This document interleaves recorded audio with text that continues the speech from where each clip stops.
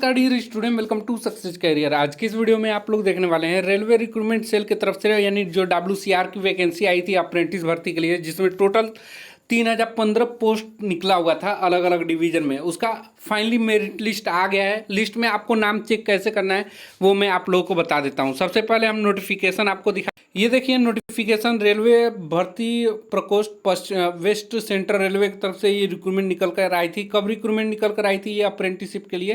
तो ये जो ओपनिंग डेट था 15/12/2023 को आया था और इसकी क्लोजिंग डेट जो थी 14 जनवरी 2024 तक इस फॉर्म को भरा गया था। ठीक है, इसमें अलग अलग डिवीज़न जैसे कि Jabalpur BPL division, Kota division, CRWS division, WRS Kota division और JBP डिवीज़न में टोटल यहाँ पे जो पोस्ट निकल कर आई थी टोटल 3015 पोस्ट पे निकल कर आई थी। यहाँ पे देखिए total number of railway slot 3015 post पे निकल कर आई थी। इसमें जो फाइनल मेरिट लिस्ट आया ना वो WRS कोटा के लिए आया है। तो चलिए उस नोटिफिकेशन को हम लोग डिस्कस कर लेते हैं। तो ये देखिए अभी रिसेंटली रिलीज हुआ है, आज ही की डेट में रिलीज हुआ था और यहाँ पे नोटिफिकेशन डेट जो दिखा रहा है 25/4/2024 को दिखा रहा है, जबकि ये 29 अप्रैल आज के दिन ये अपलोड हुआ है वेबसाइट पे। अब देखिए इसमें अप्रेंटिसशिप एक्ट 1961 के तहत 2023-24 में प्रशिक्षण के लिए निकल कर आया था। कारखाना कोटा में प्रशिक्षण को 1 वर्षीय प्रशिक्षण पर रखने हेतु RRC/WCR.JBP द्वारा जारी की गई नोटिफिकेशन नंबर 06/2023 जो कि 14/12/2023 के संबंध में आवश्यक सूचना रिलीज की गई है। इसमें क्या कहा गया है? तो इसमें बोला गया है उपरोक्त विषयांतर्गत प्रशिक्षण अधिनियम 1961 के अंतर्गत सत्र 2023-24 हेतु पश्चिम मध्य रेलवे माल डब्बा मरम्मत कारखाना कोटा में प्रशिक्षण को 1 वर्षीय प्रशिक्षण पर रखने के संबंध में कुल 27 ट्रेड में निर्धारित किए गए कुल 196 स्लॉट, ठीक है 196 स्लॉट जो है द्वारा केंद्रीकृत सूचना नंबर इतना में प्रकाशित किया गया था।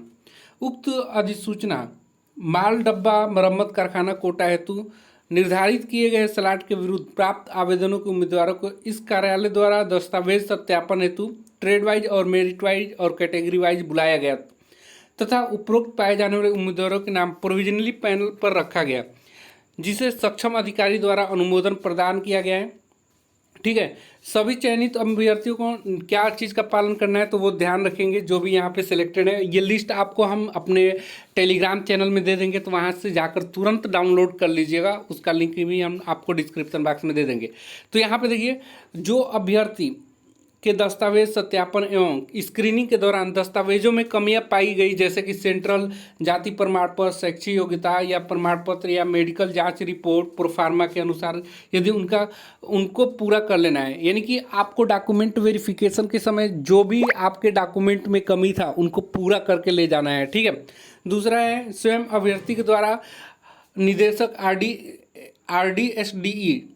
RDSDE/NSTIW campus opposite KV3 Jhalana Dungri Jaipur Rajasthan 30/20/17 की वेबसाइट apprenticeshipindia.gov.in पर ऑनलाइन रजिस्ट्रेशन किया जाना चाहिए। यानी कि आप जब ज्वाइनिंग करने के लिए जाएंगे तो आपका apprenticeship.gov.in पर क्या रजिस्ट्रेशन होना अनिवार्य है। रजिस्ट्रेशन के उपरांत पोर्टल पर लॉगिन कर अपनी प्रोफाइल 100% अपडेट कर आधार eKYC को वेरीफाई करना अनिवार्य है ना।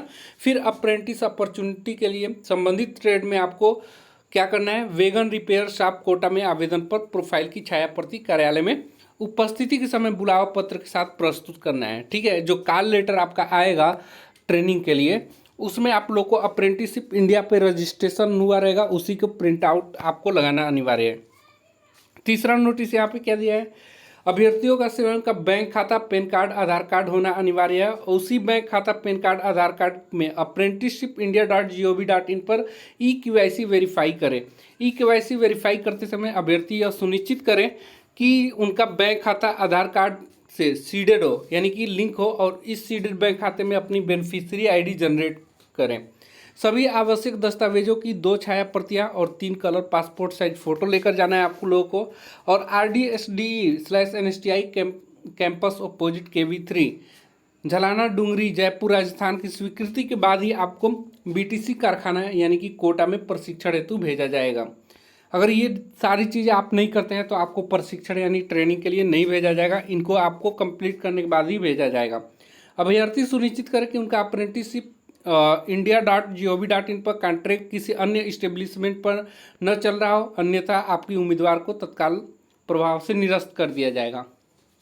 ठीक है, यानी कि आप कहीं और से अप्रेंटिस कर रहे हैं और अप्रेंटिसशिप india.gov.in पे वहाँ से रजिस्टर करके अप्रेंटिस कर रहे हैं तो आपको यहाँ पे ट्रेनिंग नहीं दी जाएगी, साफ बात। अगली 7वीं नोट क्या दिया हुआ है, यदि अभ्यर्थी बीच में किसी भी कारण से प्रशिक्षण छोड़ जाता है या प्रशिक्षण के दौरान कोई हेजिटेशन या अनुशासनहीनता करते समय पाया जाता है तथा चरित्र एवं दस्तावेजों की सत्यता की जाँच वैध नहीं पाई जाती है तो प्रशिक्षण तुरंत प्रभाव से समाप्त माना जाएगा तथा उक्त स्थिति में की गई प्रशिक्षण अवधि का खर्चा रेल प्रशासन को अभ्यर्थी द्वारा जमा कराना होगा।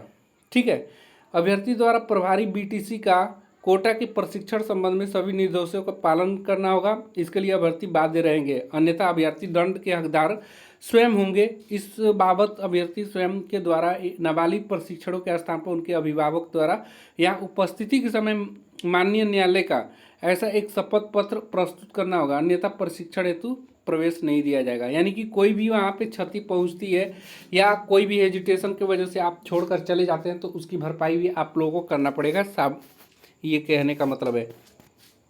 अगला 8वां पॉइंट दिया हुआ है, महाराष्ट्र राज्य के सभी चयनित उम्मीदवारों को अपने नाम से भिन्नता होने के कारण माननीय न्यायालय नोटरी एक शपथ पत्र प्रस्तुत करना होगा। निर्धारित तिथि पर उपस्थित न होने पर या अनिवार्य दस्तावेज को बिना उपस्थित होने पर प्रशिक्षण की कार्रवाई नहीं की जा सकेगी और उनकी उम्मीदवारों का निरस्त माना जाएगा। ठीक है, उसके बाद यह अभ्यर्थी को आने जाने हेतु कोई भी टीएडीए वगैरह नहीं मिलेगा और ये ट्रेनिंग के बाद आपको रेलवे में सेवा की नियुक्ति की कोई गारंटी नहीं होगी। अब यहाँ पे आप नीचे आएंगे ना तो यहाँ पे लिस्ट जारी हुआ है। ठीक है, और यहाँ पे फाइनल लिस्ट देखेंगे, फीटर ट्रेड का है जो कि सामान्य वर्ग ITI पास का है, फिर इधर OBC का है फीटर ट्रेड वालों के लिए जो ITI पास का है। तो ये आप लोग अपने लिस्ट में और अपना एप्लीकेशन नंबर और अपना डेट ऑफ बर्थ मिला लेंगे।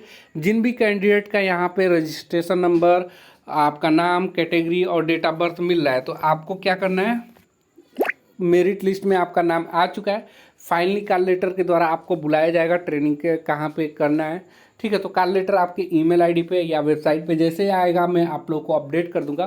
किसी तरह की क्वेरी होगी तो आप कमेंट बॉक्स में पूछ लीजिएगा। आज के लिए वीडियो में इतना ही। हाँ, और ये PDF आपको हमारे टेलीग्राम चैनल में मिलेगा तो वहाँ से ज़रूर डाउनलोड कर लीजिएगा इसको। टेलीग्राम चैनल का लिंक भी हम आपको डिस्क्रिप्शन बॉक्स में दे देंगे या सक्सेस कैरियर आप टेलीग्राम में सर्च कर लीजिएगा, वहाँ से ये PDF मिल जाएगी। आज के लिए वीडियो में इतना ही।